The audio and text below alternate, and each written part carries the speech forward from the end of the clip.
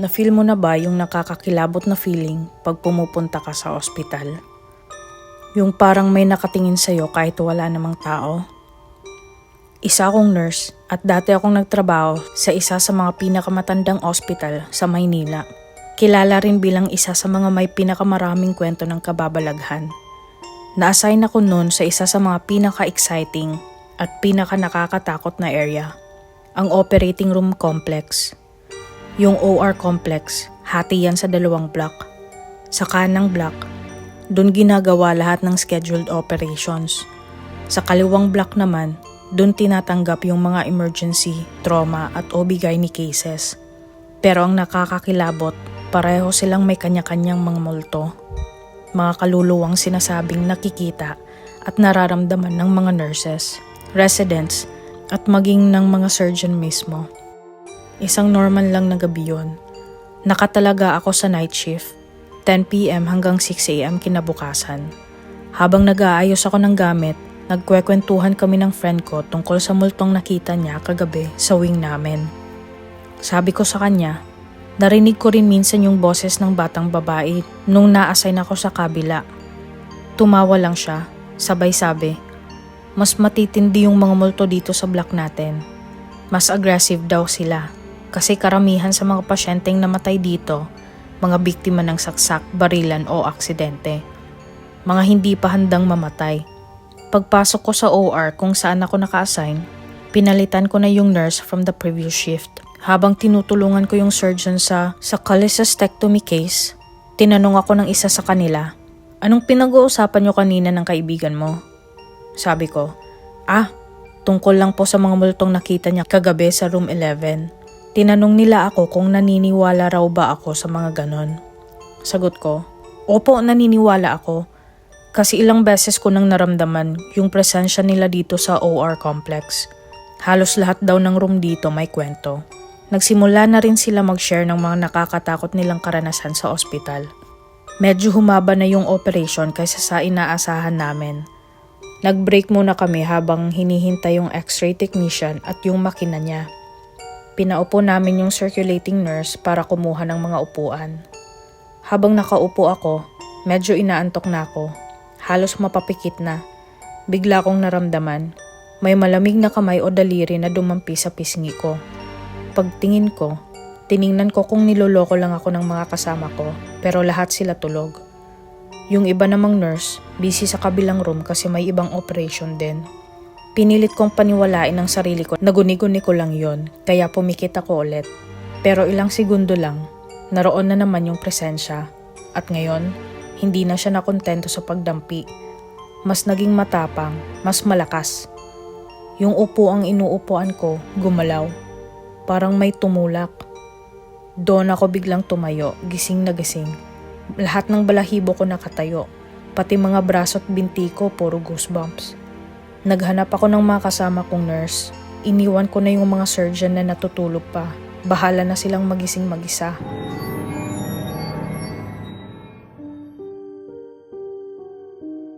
Ang lumang simbahan sa baryo namin ay itinayo ilang taon matapos ang World War II. Ito ay alay kay Saint Joseph, ang asawa ni Berheng Maria. Kaya tuwing March 19, doon namin ginugunita ang kapistahan ng aming patron saint. Bago pa man itayo ang simbahan na yon, may mga naunang gusali ng simbahan dati, pero nasira lahat nung panahon ng gyera. Alam ng halos lahat ng taga roon na maraming Japanese soldiers at Filipino guerrillas ang inilibing sa paligid ng simbahan.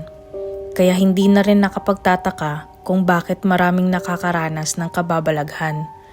Lalo na yung mga naglilinis, nag-aalaga o kahit yung mga simpleng dumadaan lang. Nangyari tong kwento nung nag-aaral pa ako sa probinsya nung high school ako. 6:00 ng gabi yon at ang tita ko ang naka-assign na magpapatunog ng kampana sa simbahan. Ginagawa nila yon bilang hudyat ng Angelus at simula ng dasal ng Santo Rosario gabi-gabi. Habang pinapatunog ni tita ang kampana malapit sa pinto ng simbahan, may boses na nagsabing, "Hi," mula sa likod ng pinto.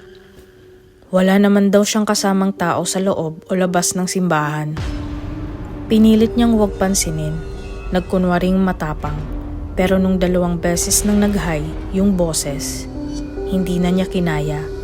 Tumakbo siya pauwi ng takot na takot.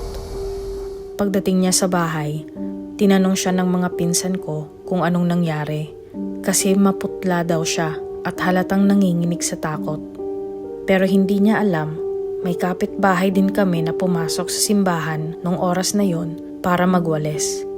Pagpasok daw niya sa sakristi para kumuha ng walis, may narinig siyang mga yapak mula sa may pintuan ng simbahan papunta sa kinaroroonan niya.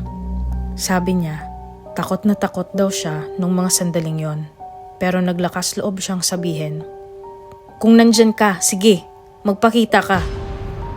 Pagkasabi niya nun, biglang tumigil ang mga yapak. Isa pa, ikinuwento naman ng pinsan ko, mga lampas 6:00 ng gabi na yon, katatapos lang niyang magbenta ng pagkain at magligpit sa kantinang elementary school sa baryo.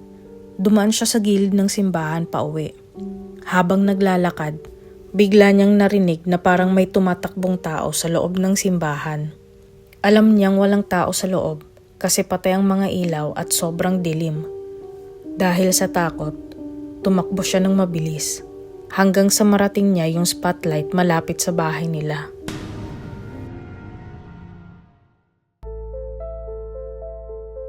Dati akong nakatira ng 6 na taon sa isang compound, townhouse style na apartment.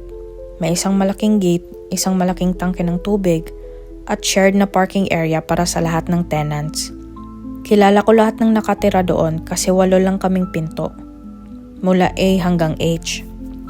Tuwing may holiday, nagse-celebrate kami sa parking area, naglalabas ng pagkain, nagpe-play ng music, parang mini party.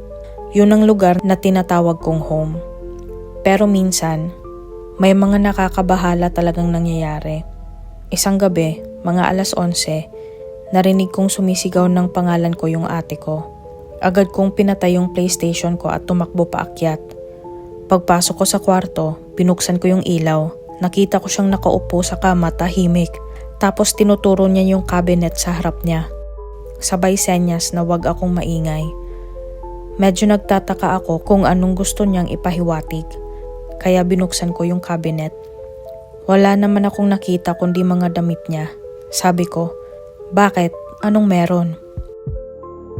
Tapos tinanong niya ako, "Narinig mo ba?" Sabi ko, "Hindi, wala naman akong naririnig." Sa kanya sinabi, "Kanina bago ako matulog, may narinig akong mahina pero mahabang psst. Parang may tumatawag sa akin.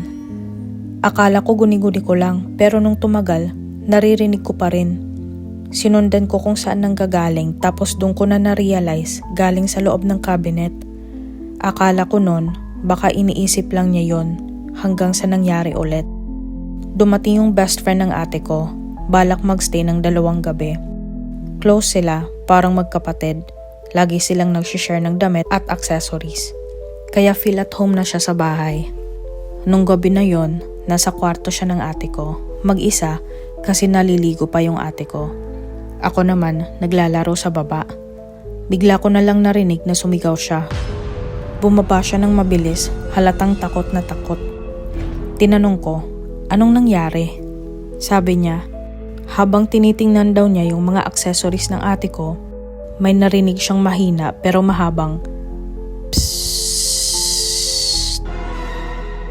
Paglingon niya, wala naman daw tao.